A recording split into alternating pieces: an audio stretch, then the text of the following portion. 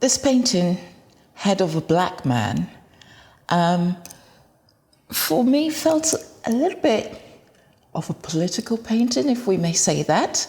Glyn Philpot famously was one of the few artists during his time to paint people of colour with the intensity of being subjects in their own right rather than objects in paintings of other people and other things.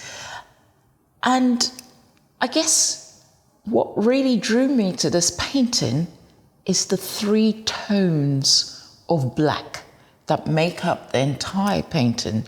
I mean, there's a lot of light on his face coming from this sort of angle, but I found it really interesting that it's such a somber painting with really, really dark tones, almost the blackest of black tones in the outfit the subject is wearing. The other thing about this painting is the subject's gaze.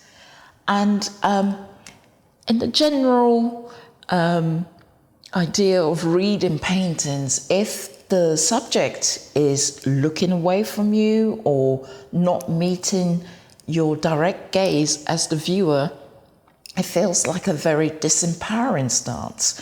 And at first, I thought that might be the case, but the more time I sat with the painting, it made me feel more and more sad, and it made me feel like actually the sitter's gaze is protecting him. So he's lowered his gaze so that you can't actually see what he's thinking.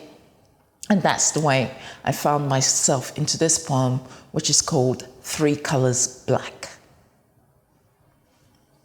3 Colours Black. As if he poured himself into the darkness, like a sacred song, the pigment of piano keys, his body hears no other echo but its own. These loud blacks are 3 skins of armour, a shroud of saturation to bet on, and weightless you're pulled into the orbit of his guarded umbra.